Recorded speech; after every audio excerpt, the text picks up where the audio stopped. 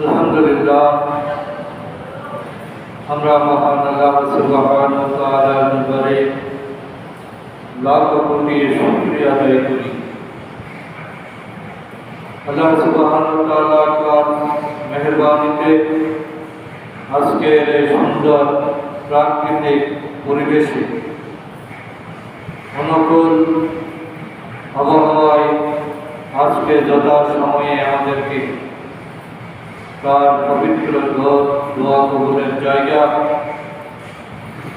দোয়া কবুলের এই মুহূর্তে আমাদেরকে মসজিদে আসার তৌফিক দিয়েছেন।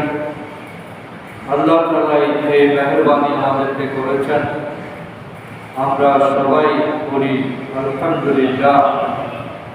রব্বানা লাকাল হামদ হামদান কাসীরান তাইয়িবান মুবারাকান ফীহি। সম্মানিত মুসলিম কেরাম, আজ 14ই আগস্ট, 30শে শ্রাবণ, 30শে সফর, পবিত্র জুমাকাল। আগামীকাল থেকেই শুরু হচ্ছে মাহে রবিউল আউয়াল, যে মাসটা আমাদের জন্য অত্যন্ত আবেগের, সম্মানের, শ্রদ্ধার এবং গুরুত্বের।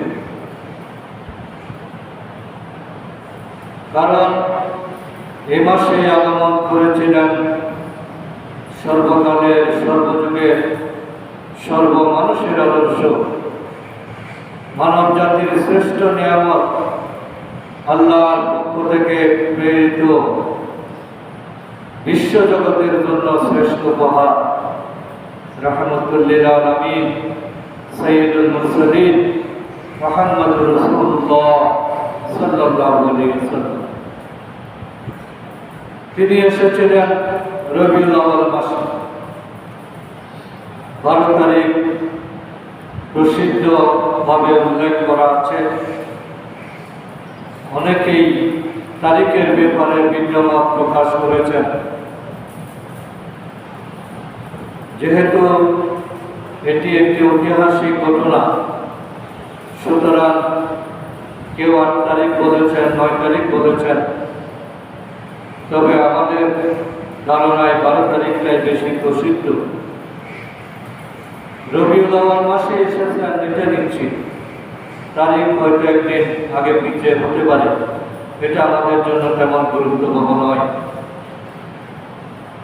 রবিউল আউয়াল মাসের 12 তারিখে তিনি ইন্তেকাল করেছেন, এ ব্যাপারে কোনো সন্দেহ নেই।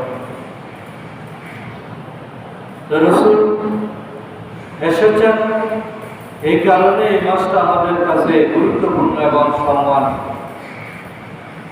এবং এই মাস শুরু হওয়ার সাথে সাথে আমরা মহানবী হযরত মুহাম্মদ সাল্লাল্লাহু আলাইহি ওয়াসাল্লামের জীবনী বা সিরাত, এটা নতুনভাবে আবার জানার চেষ্টা করি। এবং রাসূলের সিরাত জানা আমাদের জন্য অত্যন্ত জরুরি একটি বিষয়। কারণ পবিত্র কোরআনে তাকেই বলা হয়েছে উসওয়াতুল হাসানা, সর্বোত্তম আদর্শ। রাসূলকে না জানলে আমাদের কোনো কিছুই পালন করা এবং কোরআনকে অনুসরণ করা, বাস্তব জীবনে বলা, মুসলমান হিসাবে দায়িত্ব পালন করা, এটা কারো পক্ষে সম্ভব নয়। কারণ কোরআন হলো একটি থিওরিটিক্যাল বিষয়, সেখানে শুধু মুমিনের সূত্রগুলো দেওয়া আছে, নীতিমালাগুলো লেখা আছে, কিন্তু কোন নীতিমালাই সঠিকভাবে পালন করা যায় না যদি সেটা প্র্যাকটিক্যাল রূপ না থাকে। এজন্য কোরআন হলেন থিওরি, আর রাসূল করিম সাল্লাল্লাহু আলাইহি ওয়াসাল্লাম হলেন কোরআনের বাস্তব ব্যাখ্যা। তিনি হচ্ছেন কোরআনের প্র্যাকটিক্যাল রূপ। কোরআন আমাদেরকে তাত্ত্বিক নির্দেশিকা প্রদান করে, আর নবীজির জীবন হলো তার নিখুঁত এবং বাস্তব রূপায়ণ। নবীজি সাল্লাল্লাহু আলাইহি ওয়াসাল্লামকে অনুসরণ অনুকরণ এবং তার জীবন দ্বারা যথার্থভাবে না জানলে ঈমান পূর্ণ হয় না। আমাদের ব্যক্তিগত, পারিবারিক, সামাজিক, রাষ্ট্রীয় সকল ক্ষেত্রে আমরা যদি সততা রক্ষা করতে চাই, ন্যায় পরায়ণতার উপর থাকতে চাই, মুমিনের মৌলিক গুণাবলী আমরা যদি অর্জিত করতে চাই, তাহলে নবীর জীবন জানার কোনো বিকল্প নেই। কোরআনের তাফসীর হলো মূলত নবীর জীবন। কোরআনের বাস্তব ব্যাখ্যা হলো নবী পাক সাল্লাল্লাহু আলাইহি ওয়াসাল্লামের বর্ণাঢ্য এবং সোনালী জীবন। কোরআনের এমন কোনো বিধিবিধান নাই যেটা আল্লাহ রাসূল তার জীবনে বাস্তবায়ন করে আমাদের সামনে উপস্থাপন করেন। এজন্য একজন সাহাবায়ে কেরাম তিনি যখন হযরত আয়েশা রাদিয়াল্লাহু তাআলা আনহাকে জিজ্ঞেস করলেন যে আম্মা জান, আপনি কি আমাদেরকে বলবেন যে আল্লাহ রাসূলের জীবন কিরকম ছিল? হযরত আয়েশা রাদিয়াল্লাহু তাআলা আনহা ওই সাহাবীকে উল্টো প্রশ্ন করলেন যে তুমি কি কোরআন পড়োনি? কোরআনে যা বলা আছে সেটাই রাসূলের জীবন। সুতরাং এখান থেকে আমরা বুঝতে পারি যে আল্লাহ রাসূলের জীবনী জানা আমাদের জন্য কতটুকু গুরুত্বপূর্ণ। আজকে আমরা সেই রাসূলের জীবনী কেন জানতে হবে? কোরআন আমাদেরকে কি বলছে? কোরআনের আলোকে রাসূলকে চেনার চেষ্টা আমরা করব আমাদের নির্দিষ্ট সময়ের মধ্যে। রাসূল সাল্লাল্লাহু আলাইহি ওয়াসাল্লাম হচ্ছেন আল্লাহ তাআলার সৃষ্টি জগতের শ্রেষ্ঠ সৃষ্টি। তার মর্যাদা, সম্মান এটার সমকক্ষ আর কেউ নেই। তিনি অনন্য, তিনি ব্যতিক্রম, তিনি সর্বোচ্চ। তার সমকক্ষ তুলনা করা যায় এরকম সৃষ্টি জগতে দ্বিতীয়টি আর কেউ নেই। আল্লাহ তাআলার সত্তা যেরকম তুলনাহীন, আল্লাহর সাথে যেমন কাউকে মেলানো যায় না, তুলনা করা যায় না, সমকক্ষ ভাবা যায় না, রাসূল করিম সাল্লাল্লাহু আলাইহি ওয়াসাল্লামের জীবনও হলো সেরকম। রাসূলকে বুঝতে হলে অন্য কারো তুলনা দিয়ে বোঝা যাবে না, তাকে বুঝতে হবে, তাকে কোরআন দিয়ে, এবং এমন এমন অনেক বিষয় যেগুলো অন্য কারো কোনো সৃষ্টির সাথে মিলে না। যেমন সূরা আল-আহজাব 56 নম্বর আয়াত, এই আয়াতে আল্লাহ তাআলা রাসূল সাল্লাল্লাহু আলাইহি ওয়াসাল্লামের অনন্য মর্যাদার একটা নিদর্শন তুলে ধরেছে, যেটা আমরা সব সময় তেলাওয়াত করি। দরুদ পড়ার আগে যে আয়াতটা আমরা পড়ি, এখানে আল্লাহ কি বলছেন? ইন্নাল্লাহা ওয়া মালাইকাতাহু ইউসাল্লুনা আলান নবী। আল্লাহ বলছেন নিশ্চয়ই আল্লাহ এবং তার ফেরেশতাগণ নবীর প্রতি সালাত প্রেরণ করেন। সাল্লু ইউসাল্লুনা আলান নবী, আল্লাহ নবীকে সালাম জানান। এখানে আল্লাহর ক্ষেত্রে নবীর প্রতি সালাম মানে হলো আল্লাহর রহমত। আল্লাহ তার দরুদ পড়েন না, আল্লাহ নবীর উপর রহমত নাযিল করেন। একই সাথে ফেরেশতারাও আল্লাহ রাসূলের প্রতি সালাম জানান, স্মরণ করেন। রহমত, ফেরেশতারা রহমতের বার্তা বহন করেন। পৃথিবীতে এমন কোনো সৃষ্টি নাই যে সৃষ্টিকে আল্লাহ স্মরণ করেন, সালাম দেন, রহমত দেন স্পেশালি। এখন যেটা কোরআনে আল্লাহ উল্লেখ করেছেন যে আমি সালাম দিই, ফেরেশতারা সালাম দেন, এই ধরনের কারো ক্ষেত্রে আমরা এটা দেখি না। এটা একমাত্র রাসূলের শান এবং মর্যাদা, অনন্যতা, ব্যতিক্রম, যে আল্লাহ বলছেন আমি দিচ্ছি, আমার ফেরেশতারা মালায়েকারা দিচ্ছে। যাচ্ছি। সুতরাং ইয়া আইয়ুহাল্লাযীনা আমানু, হে ইমানদারগণ, দুনিয়াতে তোমরা যারা আছো তোমরা এই আমলটা করো, সাল্লু আলাইহি, তোমরা তাকে সালাম জানাও, তোমরা দরুদ পড়তে থাকো। যেহেতু আমি পড়ি, আমার ফেরেশতারা পড়ে, সুতরাং তোমরা যদি আমাদের কাছাকাছি আসতে চাও, আল্লাহর কাছে মর্যাদাবান হতে চাও, তাহলে আল্লাহ যেটা পছন্দ করেন, তোমাদের ঈমানের পরিচয় হলো সাল্লু আলাইহি, তোমরা আমার নবীর প্রতি দরুদ পড়ো, তার প্রতি তোমরা সালাত প্রেরণ করো, তাকে তোমরা স্মরণ করো। ওয়াসাল্লিমু তাসলিমা, এবং তাকে সম্মানের সাথে সালাম জানাও। তাকে স্মরণ করতে গিয়ে যাতে কোনো বেয়াদবি না হয়, কোনো বাড়াবাড়ি না হয়।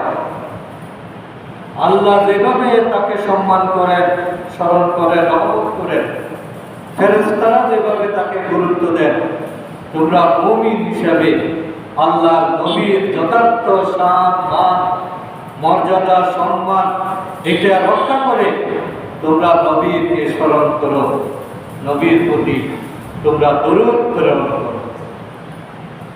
তাহলে এটা নবীর অনন্য বৈশিষ্ট্য, যে বৈশিষ্ট্যটা আমরা কোনো সৃষ্টির ক্ষেত্রে দেখি না। যে আল্লাহ স্মরণ করেন, ফেরেশতারা স্মরণ করে, মুমিনদেরকে আল্লাহ নির্দেশ দিচ্ছেন, এটা মুমিনদের উপর হুকুম। এই জন্য রাসূলের নাম আসার সাথে সাথে যতবার নাম শুনি ততবার দরুদ পড়া, সাল্লাল্লাহু আলাইহি ওয়াসাল্লাম বলা, এটা ওয়াজিব। অনেক ইমাম বলেছেন যে একটা মজলিসে একবার বলাটা ওয়াজিব, কিন্তু ইমাম আবু হানিফা রাহমাতুল্লাহ আলাইহি বলেছেন যতবার শোনা ততবার বলাটাই ওয়াজিব। আমাদের মতে এটাই আমল করা দরকার। আমাদের ইমাম যেটা বলেছেন যে আল্লাহ রাসূলের নাম যতবার শুনবো, যত জায়গায় শুনবো, প্রত্যেকবার সালাম দেওয়া, প্রত্যেকবার দরুদ পড়া, সাল্লাল্লাহু আলাইহি ওয়াসাল্লাম বলা, এটা মুমিনের বৈশিষ্ট্য। এক্ষেত্রে কোনো ধরনের কার্পণ্য করা যাবে না। আল্লাহ রাসূল সাল্লাল্লাহু আলাইহি ওয়াসাল্লাম 3 ধরনের মানুষের জন্য লানত করেছেন। তার মধ্যে একজন হলো যারা আল্লাহ রাসূলের নাম শুনে অথচ দরুদ পড়ে না, শুধু মুহাম্মদ বলে চলে গেল, সাল্লাল্লাহু আলাইহি ওয়াসাল্লাম বলল না, শুধু রাসূল বলল, সাল্লাল্লাহু আলাইহি ওয়াসাল্লাম বলল না, আল্লাহ রাসূল তাদেরকে লানত দিয়েছে। সুতরাং নবীর নাম বলার ক্ষেত্রে, শোনার ক্ষেত্রে আমরা যাতে সবসময় স্মরণ রাখি যে নবীর নাম শোনার সাথে সাথে আমরা যাতে সম্মানের সাথে, আদবের সাথে, দরুদের সাথে তার নামটা যাতে উচ্চারণ করি। কারণ তার মর্যাদা শুধু এখানে না, আল্লাহ নিজেই নবীর এই স্মরণ এবং মর্যাদাকে পৃথিবীর বুকে সর্বোচ্চ স্থান দিয়েছেন। আল্লাহ তাআলা বলছেন, ওয়ারাফা'না লাকা যিকরাক, হে নবী, আমি আপনার স্মরণকে, জিকিরকে সবার উপরে তুলে ধরেছি। যেখানেই আল্লাহর স্মরণ সেখানেই নবীর স্মরণ। আমাদের কলেমা লা ইলাহা ইল্লাল্লাহ মুহাম্মাদুর রাসূলুল্লাহ, আল্লাহর নাম বলার সাথে সাথে মুহাম্মদ সাল্লাল্লাহু আলাইহি ওয়াসাল্লামের নাম চলে আসে। এমন কোনো ইবাদত নাই যেখানে দরুদ নেই।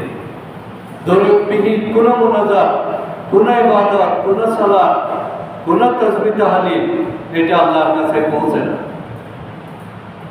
এজন্য প্রত্যেকটা ইবাদতের সাথে দরুদ জড়িত। এবং শুধু আমরা স্মরণ করি তা না, পৃথিবীর বুকে যত সৃষ্টি আছে সমস্ত সৃষ্টির আলোচনার একটাই কেন্দ্রবিন্দু, সেটা হলো রাসূলের জীবন। রাসূলের জীবনের উপর যত গ্রন্থ বের হয়েছে, অন্য কোনো কিছু এইভাবে জীবনী গ্রন্থ পাওয়া যায় না। পৃথিবীর এমন কোনো ভাষা নাই যে ভাষায় রাসূলের জীবনী রচনা করা হয়নি। এবং সমালোচকরাও সমালোচনা করার জন্য রসুলের জীবনী অধ্যয়ন করার চেষ্টা করুন। রসুলের জীবনকে আমাদেরকে কেন জানতে হবে? কারণ আল্লাহ তাআলা বলে দিয়েছেন যে তোমরা যদি সর্বোত্তম আদর্শ চাও, যে কোনো মানুষ হওয়ার জন্য একটা মডেল দরকার, একটা নমুনা দরকার।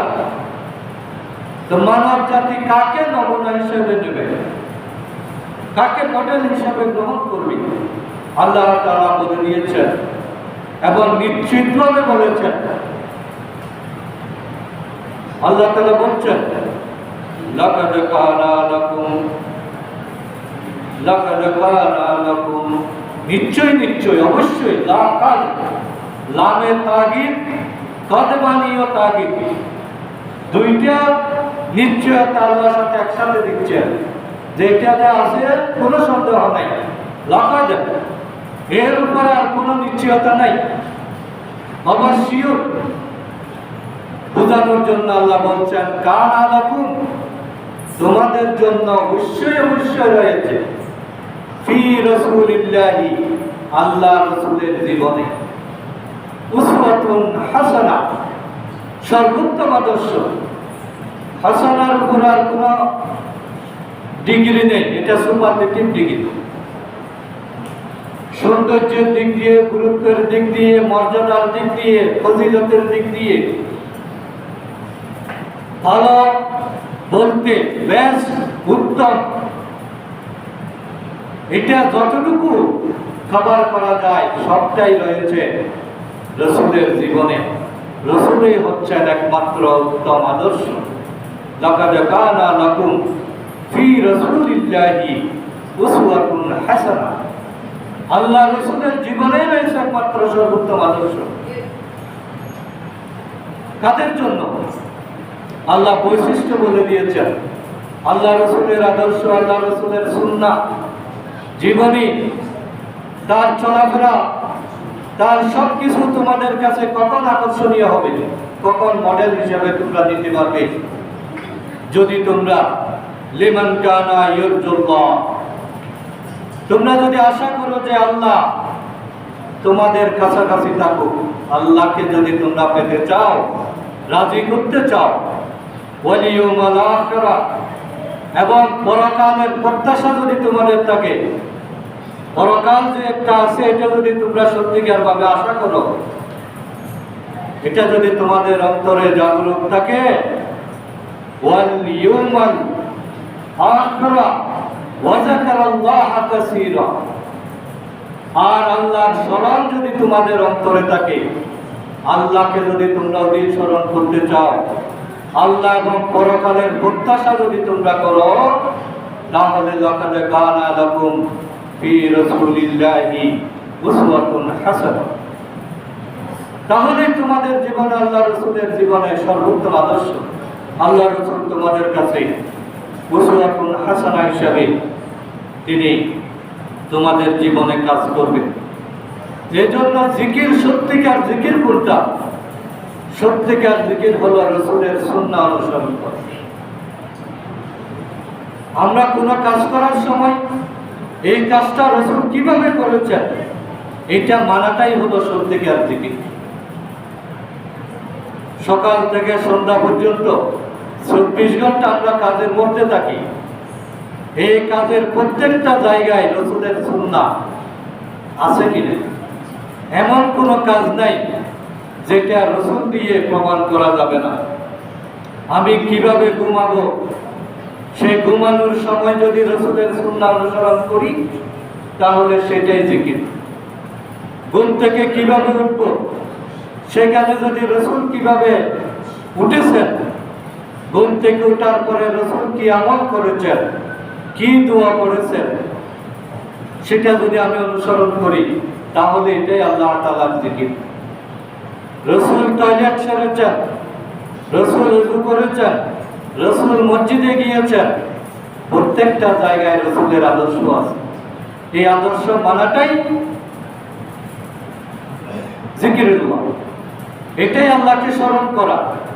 সুতরাং আমাদের জীবনে এমন কোনো মুহূর্ত যেতে পারবে না যে মুহূর্তটা রসুলের সুন্নার বাইরে যায়, রসুলের সুন্নার বাইরে গেলে এটা শয়তানের অনুসরণ। আর সুন্নাত মানাটাই হলো ইয়া আইয়ুহাল্লাযীনা আমানু দুখুলু ফিস-সিলমি কাফা, ইসলামের ভিতর পুরোপুরি তুমি ঢুকে যাও। ওয়ালা তাত্তাবিউ খুতুওয়াতিশ শয়তান, শয়তানের পদাঙ্ক অনুসরণ করো না। অর্থাৎ যে অংশটা সুন্নার বাইরে থাকবে এটা হবে শয়তানের অনুসরণ। আমরা অনুসরণ কোনো না কোনো জায়গায় করি, হয়তো আল্লাহরটা করি, রসুলেরটা করি, নতুবা শয়তানেরটা করি। সুতরাং রসুলের সুন্নাহ বাদ দেওয়া মানে শয়তানের আনুগত্য করা। এই জন্য আল্লাহ তাআলা আমাদের জন্য যে উত্তম আদর্শ আমাদেরকে দান করেছেন, উসওয়াতুন হাসানা আমাদেরকে দিয়েছেন, তার দাবি হলো আমাদের জীবনটাকে রসুলের আদর্শে সাজানো।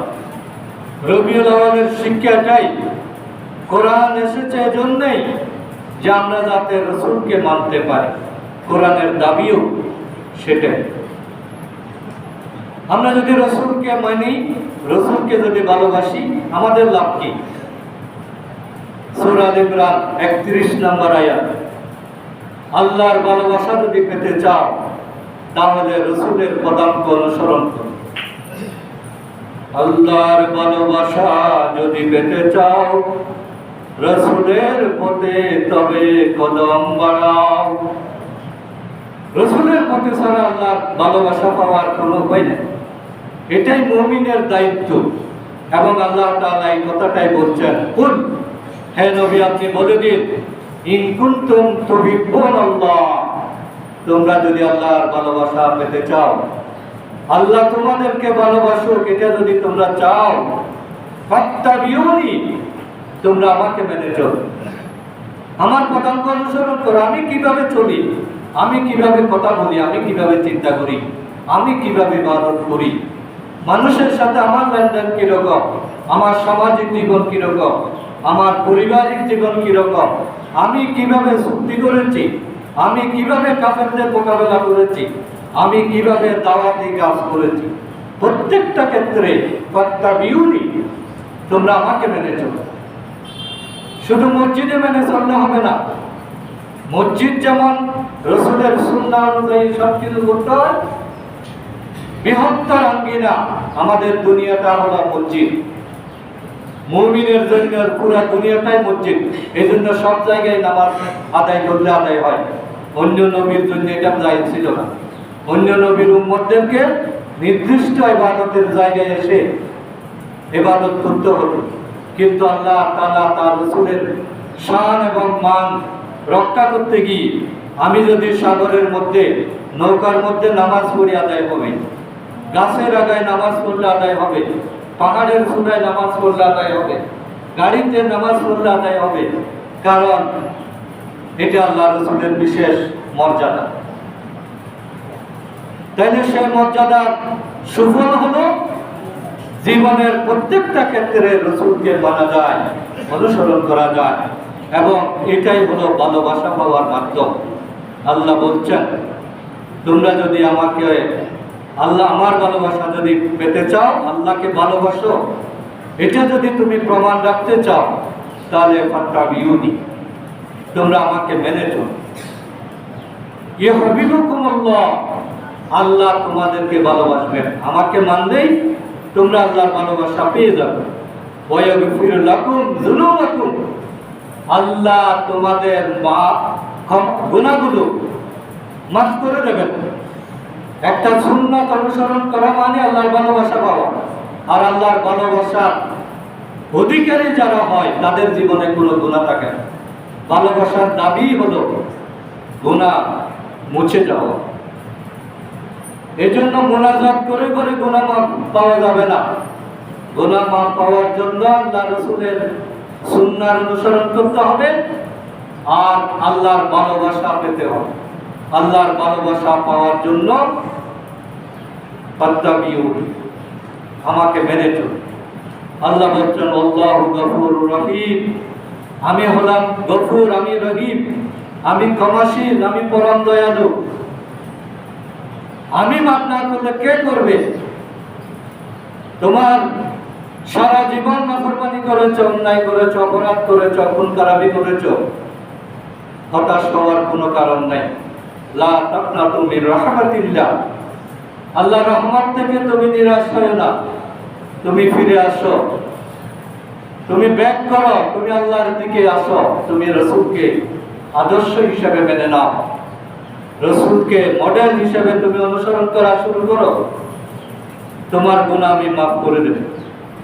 তাহলে আল্লাহর ভালোবাসা পাওয়ার মাধ্যম রাসূলের অনুসরণ, গুনাহ মাফের মাধ্যম আর রাসূলের অনুসরণ। আমরা যদি আমাদের জীবনকে গুনাহমুক্ত করতে চাই, তাহলে রাসূলের অনুসরণের কোনো বিকল্প নেই। কারণ রাসূল সাল্লাল্লাহু আলাইহি সাল্লাম হচ্ছেন পুরো দুনিয়ার জন্য, বিশ্ব জগতের জন্য রহমতের কারণ। সূরা আল-আম্বিয়া 107 নম্বর আয়াত। নবীজির পুরো জীবনটা ছিল রহমতের দলিল। ওয়া মা আরসালনাকা ইল্লা রাহমাতাল লিল আলামিন, হে নবী, আমি সমগ্র বিশ্ব জগতের জন্য আপনাকেই রহমত স্বরূপ প্রেরণ করেছি। আরসালনাকা, রহমতের আর কোনো উপাদান নাই। রহমত যদি কেউ পেতে চায়, তোমার কাছেই আসতে হবে। তোমাকে আমি রহমতের কারণ হিসেবে বানিয়েছি। আল্লাহর পরিচয় হলো আলহামদুলিল্লাহি রাব্বিল আলামিন, আর রাসূলের পরিচয় হলো ওয়া মা আরসালনাকা ইল্লা রাহমাতাল লিল আলামিন। দুই জায়গায় আলামিন, আল্লাহর রহমত, দয়া, করুণা যত জায়গায় বিস্তৃত, আল্লাহ রাসূলের আদর্শ, আল্লাহ রাসূলের রহমত, আল্লাহ রাসূলের করুণা, আল্লাহ রাসূলের দয়া, আল্লাহ রাসূলের মডেল তত জায়গায় বিস্তৃত। সুতরাং মানুষ হিসেবে আমাদের জীবনে এমন কোনো অংশ নেই যেখানে আমরা তার আদর্শকে পাব না, এবং যেখানেই আমরা যতটুকু মেনে চলি সেটাই আমাদের জন্য রহমতের কারণ হবে, আল্লাহর ভালোবাসা পাওয়ার কারণ হবে। আল্লাহ তাআলা তার নবীকে উল্লেখ করেছেন শ্রেষ্ঠ চরিত্র দিয়ে। আমরা চরিত্রের সার্টিফিকেট নিই চেয়ারম্যান থেকে, মেম্বার থেকে, এমপি থেকে, কিন্তু যিনি আমাদেরকে ক্যারেক্টার সার্টিফিকেট দেন, তার ক্যারেক্টারের কোনো ঠিক ঠিকানা নেই। তাহলে দুনিয়ার কেউ কারো কোনো সার্টিফিকেট দিতে পারে না, কারণ তারা সবাই ত্রুটিযুক্ত, অপূর্ণাঙ্গ, দোষ সবার মধ্যে আছে, কিন্তু একমাত্র ত্রুটিহীন, নির্ভুল, পূর্ণাঙ্গ, যার থেকে চরিত্রের সার্টিফিকেট নেওয়া যায় এবং যাকে আল্লাহ সার্টিফাই করেছেন, এই সার্টিফিকেট দুনিয়ার কেউ দেয় নাই। আল্লাহ তাআলা কোরআনুল কারীমে সূরা আল কলম 4 নম্বর আয়াতে আল্লাহ বলছেন, ওয়া ইন্নাকা লাআলা খুলুকিন আযীম, নিশ্চয় নিশ্চয় আপনি হলেন খুলুকিন আযীম, সর্বোত্তম চরিত্রের নমুনা, চরিত্রের সর্বোচ্চ মান, স্ট্যান্ডার্ড, এটা আপনার চরিত্রের মধ্যেই পাওয়া যাবে। এর উপর আর কোনো সৌন্দর্য নাই। সুতরাং আমরা যদি চরিত্রবান হতে চাই, মানুষকে চরিত্রের দিকে আহ্বান করতে চাই, তাহলে রাসূলের আদর্শের কোনো বিকল্প আমাদের নেই। আমরা আল্লাহর ইবাদত করি, আসলে ইবাদত মানে কি? ইবাদত মানে হলো রাসূলের অনুসরণ। কোন ইবাদত ইবাদত হবে না যদি সেটা রাসূলের অনুসরণের বাইরে চলে যায়। আমরা নামাজ পড়ি, 2 সিজদা দিই, এই 2 সিজদা দেওয়া এটা কার হুকুম? আল্লাহ তো 2টা 3টা কোনোটাই বলেন নাই, আল্লাহ বলতে সিজদা করো, কিন্তু আমরা যে প্রতি রাকাতে 2টা করে দিই, এটা কার থেকে পেয়েছি? এটা রাসূল থেকে। আমরা রুকুতে কি পড়বো, সিজদাতে কি পড়বো, তাশাহুদে কি পড়বো, এগুলো আল্লাহ বলেন নাই। আল্লাহ রুকু করতে বলেছেন, সিজদা করতে বলেছেন, কিন্তু কোথায় কি আদায় করবো এটা বলেন নাই। এটা আমরা রসুল থেকে পেয়েছি। এই জন্য ইবাদত মানে রসুলের মেনে চলা। এখন রসুল দুটো সিজদা দিয়েছেন প্রতি রাকাতে, আমরা যদি 3টা করে দিই, যে সিজদা তো বড় জিনিস, বেশি দিলে বেশি সওয়াব, এটা কেউ কোনো ইবাদতের মধ্যে পড়বে না। এই জন্য ইবাদত মানে হলো রসুলকে মেনে চলা। আল্লাহ তাআলা সূরা নিসা 80 নম্বর আয়াতে এই কথাটাই বলছেন, মাইয়াতির রাসূলা ফাকাদ আল্লাহ, যারা রসুলের আনুগত্য করলো, রসুলকে মেনে চললো, সে মূলত ফাকাদ আল্লাহ, সে আল্লাহকে মেনে চললো। আল্লাহকে মানার অন্য কোনো মাধ্যম নাই। আল্লাহ আমার সাথে কথা বলেন না, আল্লাহ আমার কাছে ফেরেশতা পাঠান নাই, আল্লাহ আমার কাছে কোরআন পাঠান নাই, আল্লাহ আমাকে পরকালের কোনো নিউজ দেন নাই, আল্লাহর সাথে আমার স্বপ্নেও কোনো যোগাযোগ নাই। তাহলে আল্লাহর কাছে আমরা যাবো কার মাধ্যমে?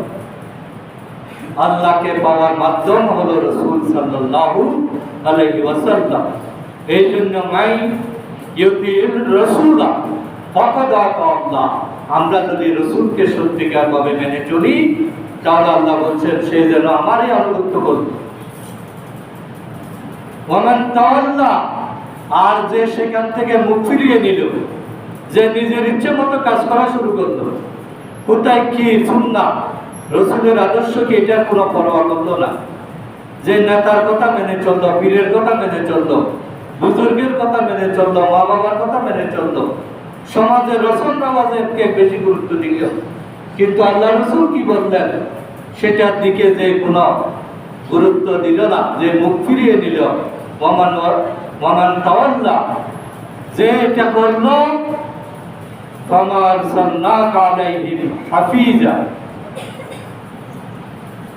তার পরিণতি হলো যে আমাদের আল্লাহ কাউকে জোর করে মানার জন্য পাঠানো হয়নি।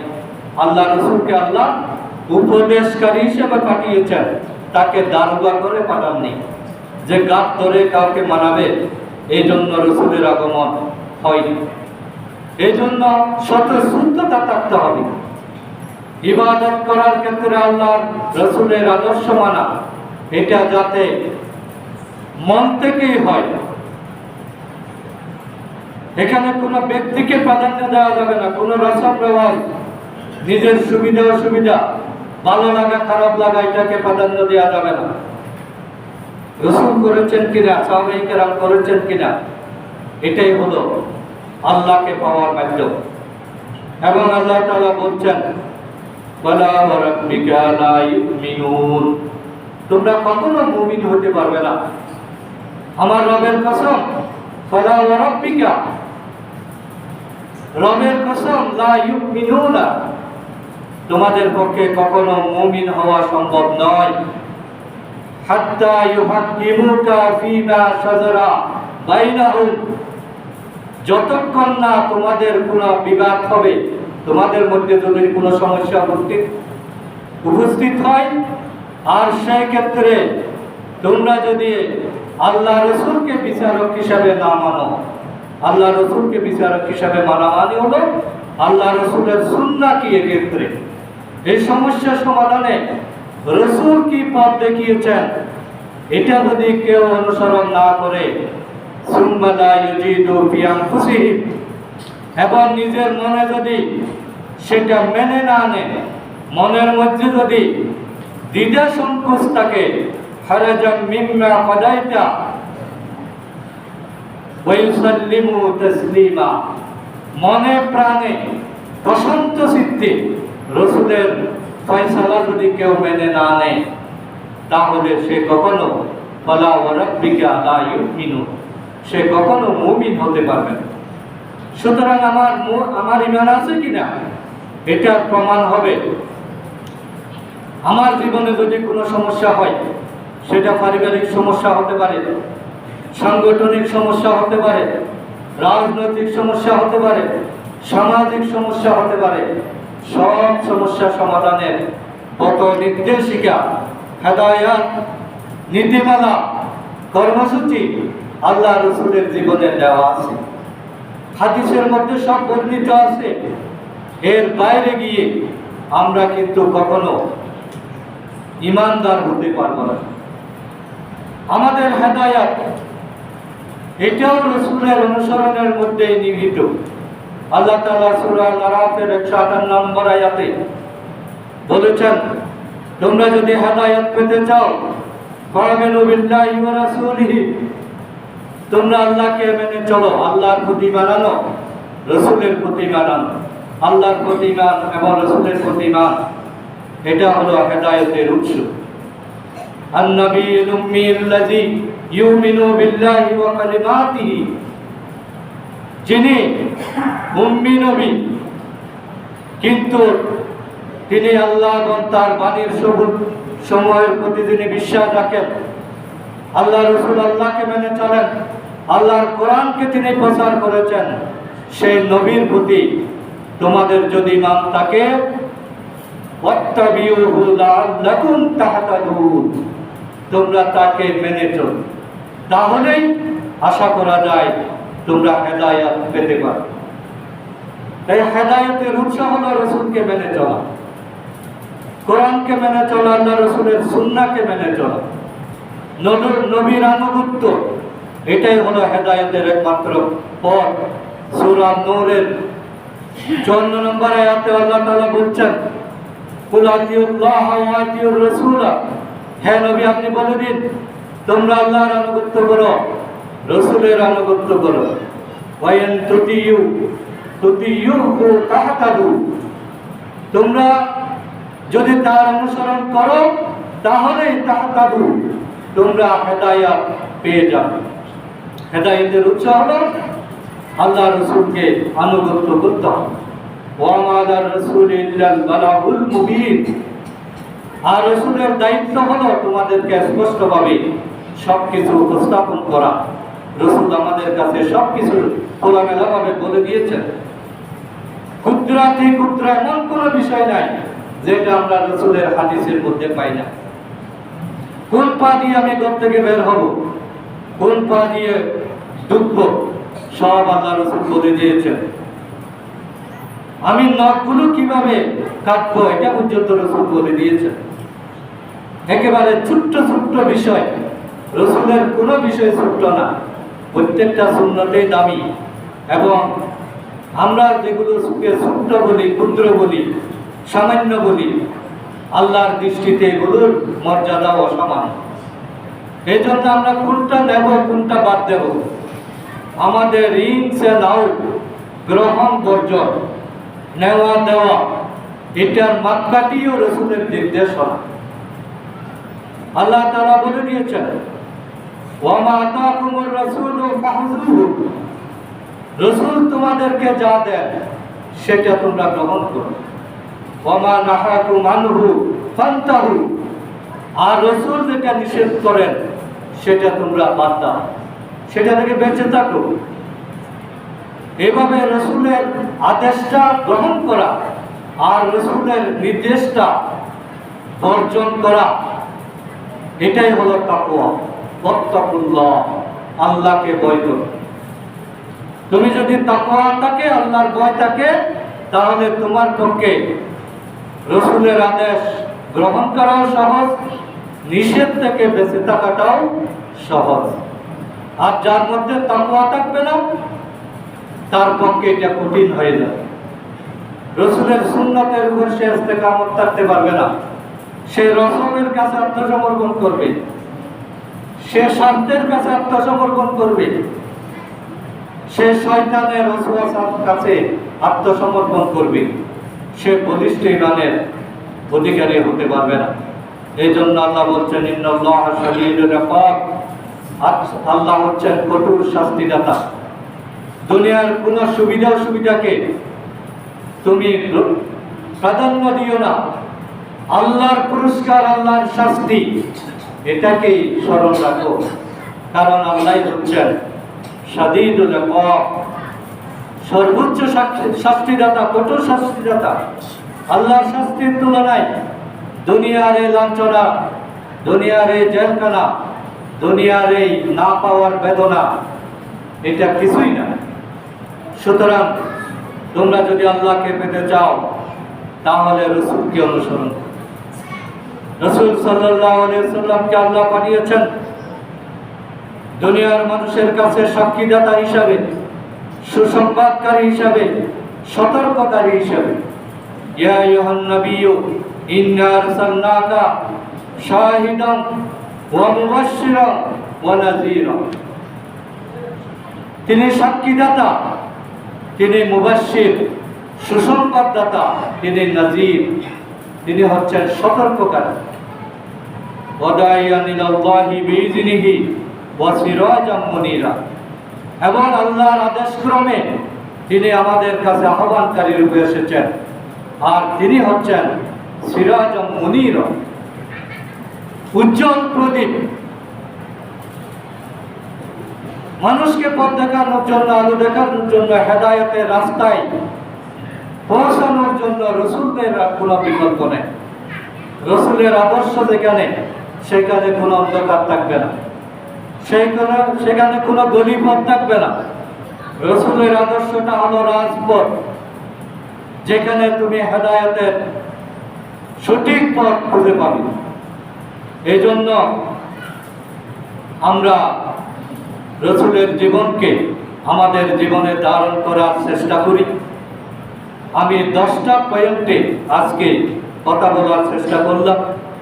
কোরআনুল কারীমে আসলে শত শত আয়াত শুধু রসুলকে প্রশংসা করে আল্লাহ তাআলা দিয়েছেন, এবং কোরআনটা এসেছে মূলত রসুল সাল্লাল্লাহু আলাইহি ওয়াসাল্লামের মাধ্যমে। সুতরাং আমরা যদি আল্লাহর কাছে যেতে চাই, আমাদের ইবাদতগুলো যদি আল্লাহর কাছে কবুল করতে চাই, এবং আমাদের জীবনে যত ধরনের সমস্যা এগুলোর সত্যিকার সমাধান হোক, এটা যদি মন থেকেই কামনা করি, তাহলে আমাদের সামনে একটাই পথ, সেটা হলো লাকাদ কানা লাকুম ফি রাসূলিল্লাহি উসওয়াতুন হাসানাহ। আমাদেরকে রসুলকে মানতে হবে। ইন্নাকা লাআলা খুলুকিন আযীম, কারণ তিনি শ্রেষ্ঠ আদর্শ, তার আদর্শটাই পূর্ণাঙ্গ এবং নির্ভুল। আল্লাহ সুবহানাহু ওয়া তাআলা আমাদের সকলকে কবুল করুন। সুবহানাকাল্লাহুম্মা ওয়া বিহামদিক, আশহাদু আল্লা ইলাহা